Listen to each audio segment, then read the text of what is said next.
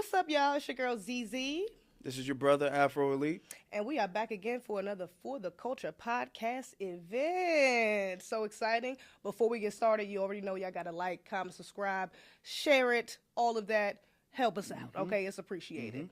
Yes, indeed. Now we're back again. It's been a while. We are here in lovely Chicago. Okay, I'm in his hometown. Yes. Yep. It's my first time in She's Chi-Town. loving it so far. I'm loving it. I had me some Harold's. I'm just saying, I'm feeling like a real Chicagoan, whatever it is. I'm feeling like I'm from here. It's lit. Unfortunately, we do have to start this podcast off with at least some form of tribute to the great Dr. Neely Fuller Jr. He was a master teacher, exposed white supremacy, in one of the most highest forms, should I say that. And he's done so much for our community, so much for the culture, and so much for our progression in general. Let's give him a moment of silence.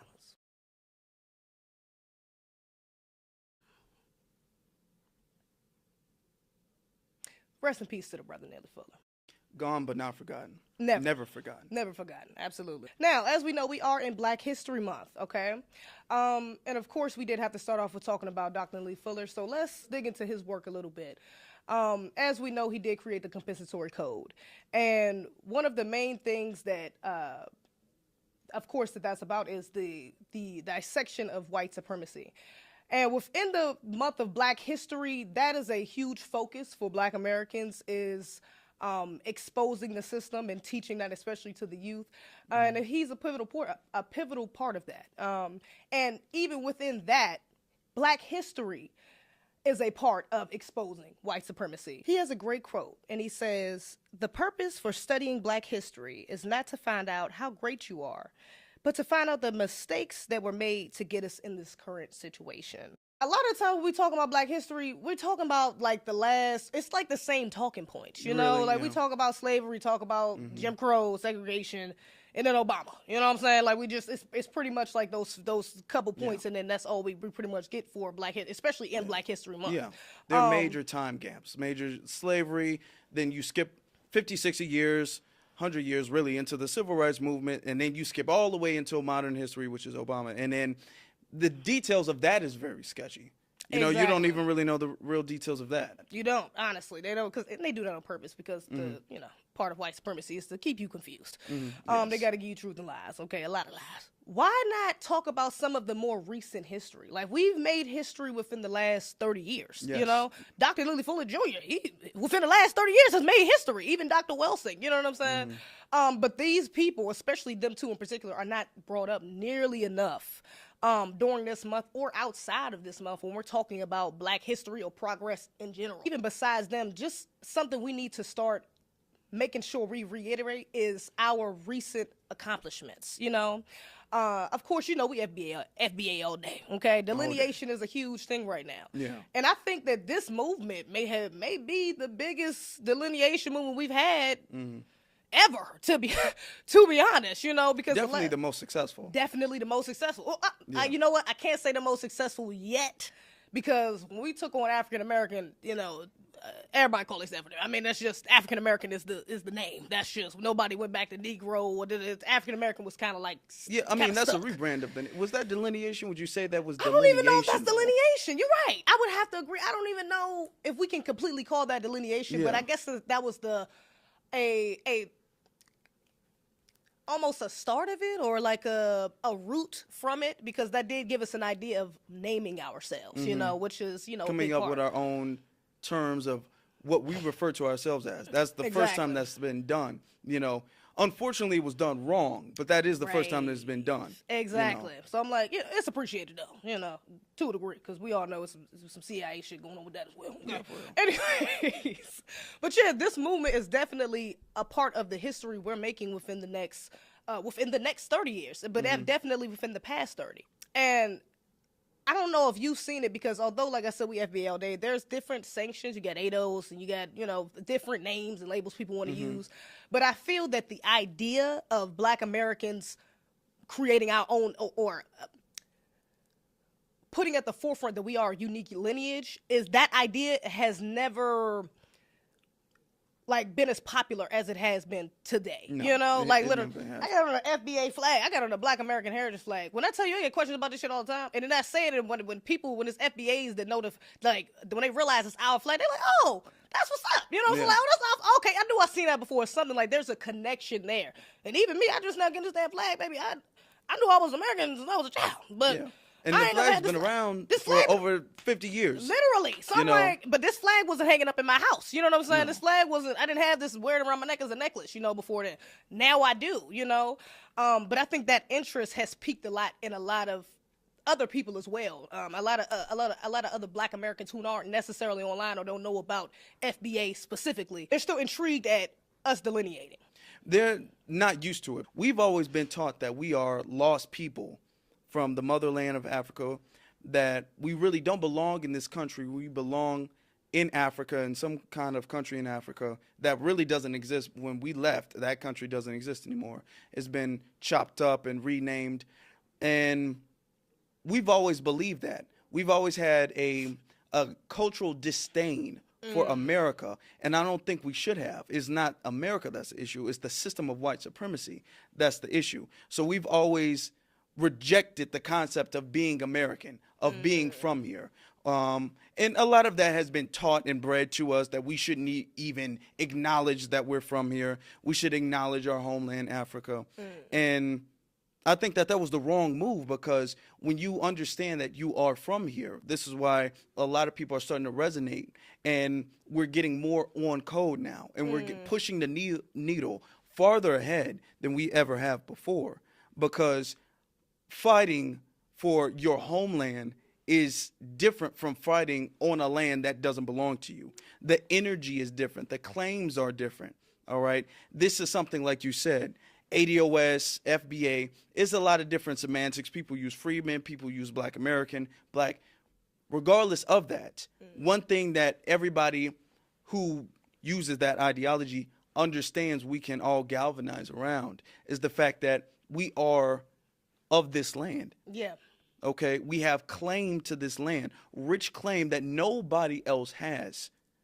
And that's something that very few of us have acknowledged until this movement here. This is a very historical movement, all right? And it's Absolutely. traveling all around the world. All around the world, people are understanding what type of time we're on. So whether someone uses FBA, or even if they don't really know about the term FBA, the energy, the type of cultural energy has spread. So everybody's kind of putting their lineage first, their heritage first, in the way they see problems about the system of white supremacy.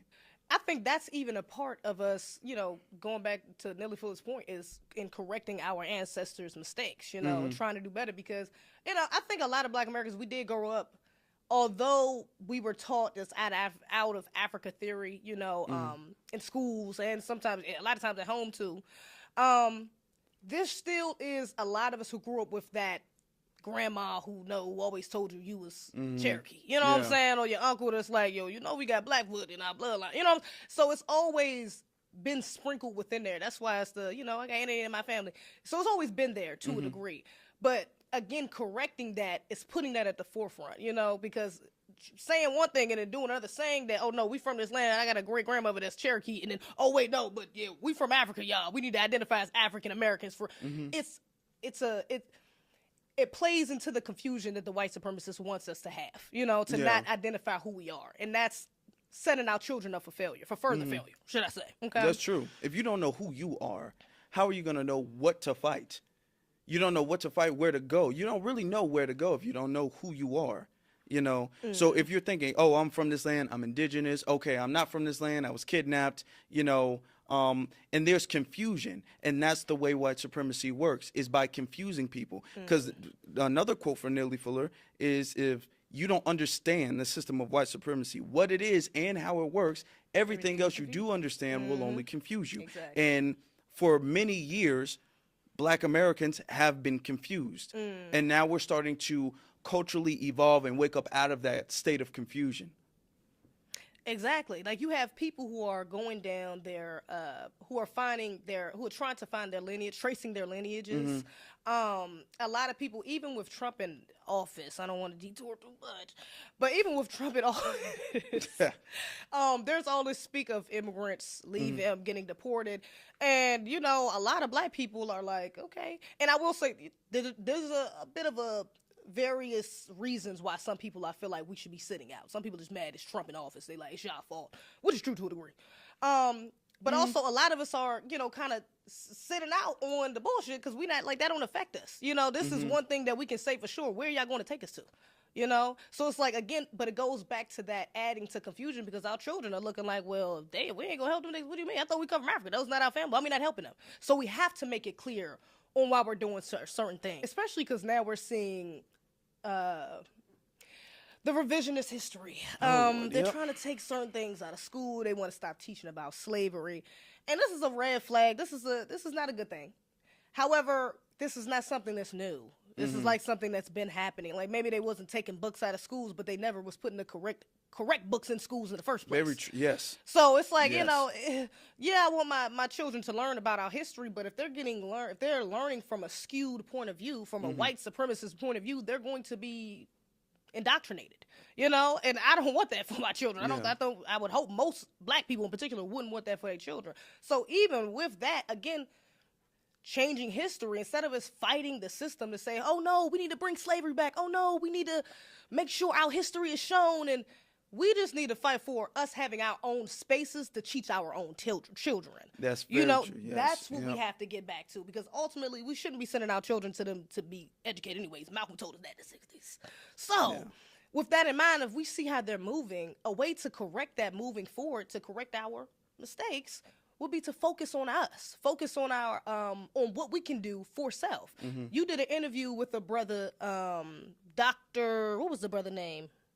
Dr. Musa Abdullah. Yes, Musa Abdullah.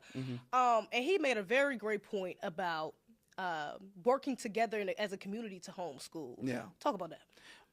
He said they were called homeschooling pods, is what he said they were. They were homeschooling pods. This is where people in the neighborhood, there's different variations of it, but this is when people in the neighborhood, let's say one family has 2 kids, another family has another couple kids, they would say, okay, well, one kid goes to this family's house and learns on Monday and Tuesday, and then they come to my house on Wednesday and Thursday, or the mother teaches math and the other mother teaches English. They work together. It's various different versions of it. But what they would do is they would essentially, all of the community would come together and they will become essentially faculty of a school. So you would have a child, but you would be the math teacher for your child and a lot of other children. Right. All right. And then your neighbor, she would be your son, your daughter's English teacher or history teacher or whatever the case is. And then I would come in on the weekends and maybe we do some type of coaching or fitness or something like that. But this is the community working together in order to create a school. So that's one version of the homeschooling pods, which is separate from the individual homeschooling where just the parents are teaching the children, which works as well too.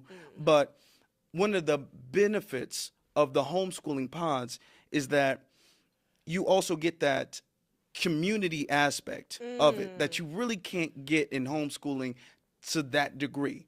Because homeschooling, you know, you're stuck in the house for a certain amount of hours. You don't leave the house because you're studying in home. And a lot of people say you lack a lot of social abilities. People who were homeschooled, they lack social ability, which I disagree with, but I do see the concern because if you're homeschooled, you're not around people from outside your house as often as people who go to public school. Yeah. But people who go to public school, in my experience, tend to receive a less quality education. Yeah, that's true. So I think that the homeschooling pods or community pods, I think that mixes the best of both worlds with that. And I definitely think that that's something that the black community, foundational black Americans, we need to start adapting. Exactly. And that's what I said. again, again, redirecting that energy, because even with that, and I love that idea, Trump is low key trying to incentivize homeschooling. Okay. So if he does follow through with that and incentivize homeschooling, meaning he provides some sort of funding for curriculums, and parents to stay at home, whatever the case may be, that is something we for sure need to get on. Like you said, although homeschooling may have its cons, the quality of the education is better. And going back to them taking books out of our schools and things of that nature, that is something we should be teaching at home. The autobiography, the brother in your interview mentioned that as well. The autobiography of Malcolm X, the ISIS Papers, the Compensatory Code. These are books that should be read, like, within the K through 12 reading. You know what I'm saying? Experience. Like, by 12th grade, certain books you should have had out there. The ISIS Papers you should at least learned about. The what does he say? Black labor, white wealth. He said you should have read that by the 10th grade. So these are things, how to eat to live. I had my nephew, he's only 8, and he has to read every day for 30 minutes. I'll give him that book. I'll be like, read that. Smart. You ain't gotta keep reading. She'd be a great teacher, okay? Yeah, when we set up the community pods, y'all know who needs to be in charge of all the reading assignments and everything like that. Hey, look, y'all gonna have the healthiest kids. Hey, okay. Because they be underestimating the intelligence of these children. Okay, Yeah. My nephew was 8. He may not understand every word, but he gets the concept. I can ask him, what did you just read? And he'd say, well, I know that Allah said something, something, something, and, sweet potatoes. Like, he'll tell me a variation of what he read. It's not detailed. He's not, he's not comprehending in the way I would, but he's getting it, and that's programming for our children. So they need that from you have to feed them that in those little ways at a very young age. So that way later on in life, it clicks. When they do read this as an adult, they run into it. And they're like, oh, wow, I get it. It's like it's easy for them to digest because they've already really been exposed to it, Yeah, and it gives them an appetite for that type of stuff, too. Exactly, that's true. Yeah. When you learn this stuff at such a young age, you develop a taste for it. You develop more knowledge. You want to seek more knowledge of that stuff. You develop an appetite for knowledge and empowerment instead of, something bad happening and then you trying to find out about Black history. You've developed that. So you start your journey of self-improvement and self-empowerment early on. So that's very good that you're having your nephew read that book at such a young age too. So kudos to you. Shout out to you for real. Have you ever heard of anybody else doing that before? Okay. You know what? I think my father might have been making my older siblings read that when they was their age, to be honest. All right. He was probably reading a lot more, to be honest. Egregious. We have to take advantage of the opportunities we have to do for self. Yes. We have to take that. We have to instill that into our children, because the more we show them that we're relying on the system instead of trying to replace it with the one that is just, the furthermore they will become slaves, and be sold out to the white supremacists. So yeah, homeschooling for the win, for sure. Yeah. When we talk about reparations, even, what I believe is the big reason why they're taking a lot of the Black history out of schools is because we're using Black history in a way we didn't used to use Black history. When they taught about, because they didn't mind in the beginning teaching about slavery, slaves built America. That's something that they didn't mind openly saying. But now we're having a different energy about it. It's not, we're looking at slavery and then it's subconsciously lowering our self-esteem. Now when we look at it, we're like, oh yeah, that's true. Okay, so you owe us reparations. Now they are like, well, slavery really didn't build America, if we're going to be honest with you. Let's pull that stuff out, because they're looking at it differently now. Right. Now they're looking at it and now they want reparations. Now they want compensation for it. It's not like lowering the children's self-esteem like it used to.